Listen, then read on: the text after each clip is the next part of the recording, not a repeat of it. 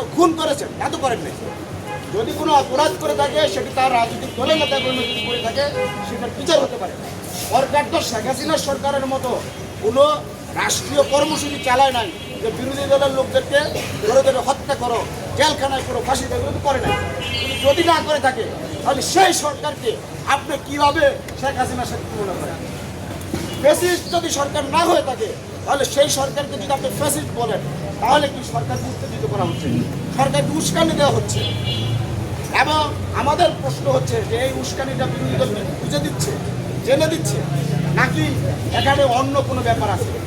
আমি আজকের এই সংবাদ সম্মেলন স্পষ্ট করতে চাই, আমাদের কাছে সুস্পষ্ট তথ্য রয়েছে। 12ই ফেব্রুয়ারি নির্বাচনে বিএনপি ক্ষমতায় আসার পরে বিএনপিকে ভারত চাপ দিয়েছিল যে বিএনপি যেন সকল আওয়ামী লীগের অফিস খুলে দেয়, আওয়ামী লীগকে যেন রাজনীতি করতে দেয়। আপনারা দেখেছেন যে ঢাকা বিশ্ববিদ্যালয়েও ছাত্রলীগ মিছিল করেছে, দেশের বিভিন্ন জায়গায় আওয়ামী লীগের অফিস খুলেছে।